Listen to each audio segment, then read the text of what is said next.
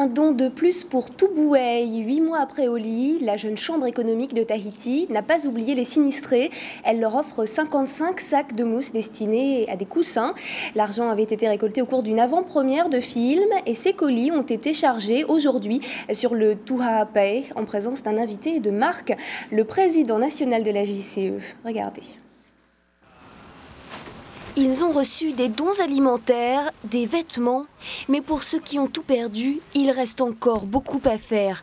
Ces dons devraient donc faire des heureux à Toubouey, de la mousse et du tissu pour les intérieurs.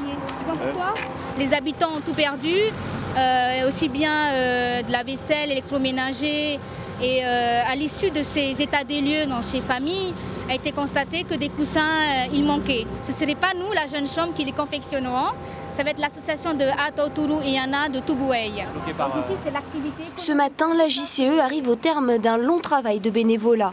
Sous le regard admiratif de son invité d'honneur, le président national de la jeune chambre, arrivé il y a quelques heures de métropole. Moi, je tiens vraiment à les féliciter parce qu'il faut surtout toujours rappeler que ce sont des volontaires. C'est-à-dire des personnes qui font ça en plus de leur travail, en plus de leur famille. On vient apporter de soi sans avoir la volonté d'en retirer. Et c'est ça qui est formidable comme expérience. C'est un honneur pour nous parce que nous, ça fait déjà une dizaine d'années qu'on n'a pas eu l'arrivée d'un représentant national. Et c'est aussi un boost parce qu'on voit qu'on n'est pas tout seul. Les 55 sacs de mousse doivent arriver avant la fin de la semaine à Toubouey. Ce sera aux mamas de l'île de se mettre au travail pour réaliser les coussins et enfin égayer leur intérieur dévasté par Oli. Une belle action pour cette jeune chambre implantée en Polynésie depuis 44 ans. Et le président de la Jeune Chambre nationale est avec nous ce soir. Nicolas Lefebvre, bonsoir. Bonsoir Florence Kelly.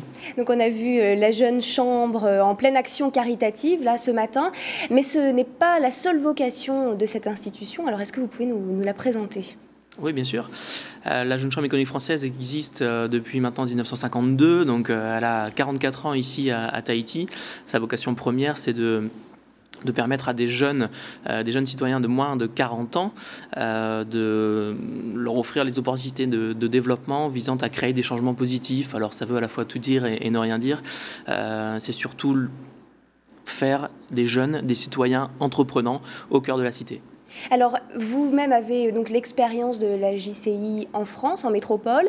Est-ce que vous leur apportez des idées peut-être pour relancer encore plus leur propre jeune chambre qui, en Polynésie, n'est pas forcément très connue ?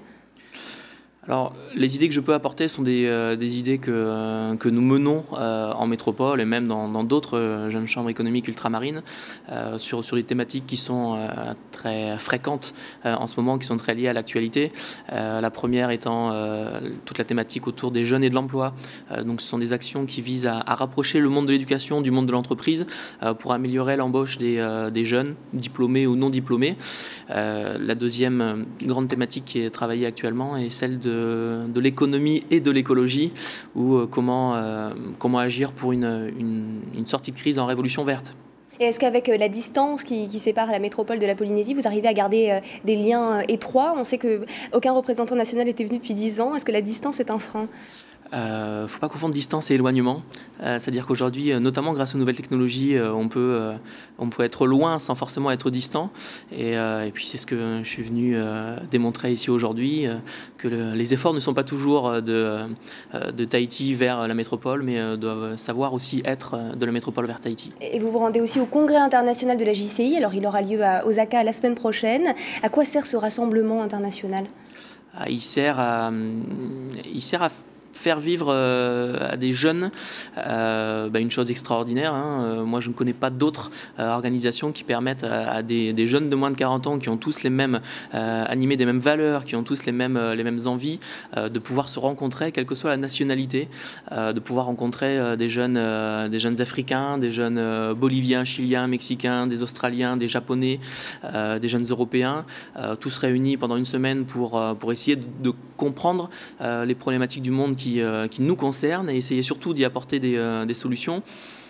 c'est unique. La description de la jeune chambre que vous faites va peut-être susciter des vocations parmi nos téléspectateurs. Est-ce que c'est ouvert à tous qui peut postuler pour y participer? Toute personne qui a plus de 18 ans et moins de 40 ans et puis qui se sent animée de l'envie de faire progresser la société et bien sûr la bienvenue à la jeune chambre économique. Il n'y a pas de critères socio-professionnels pour rentrer. Il n'y a pas que des entrepreneurs, mais il n'y a que des entreprenants. Nicolas Lefebvre, merci beaucoup d'être venu sur notre plateau.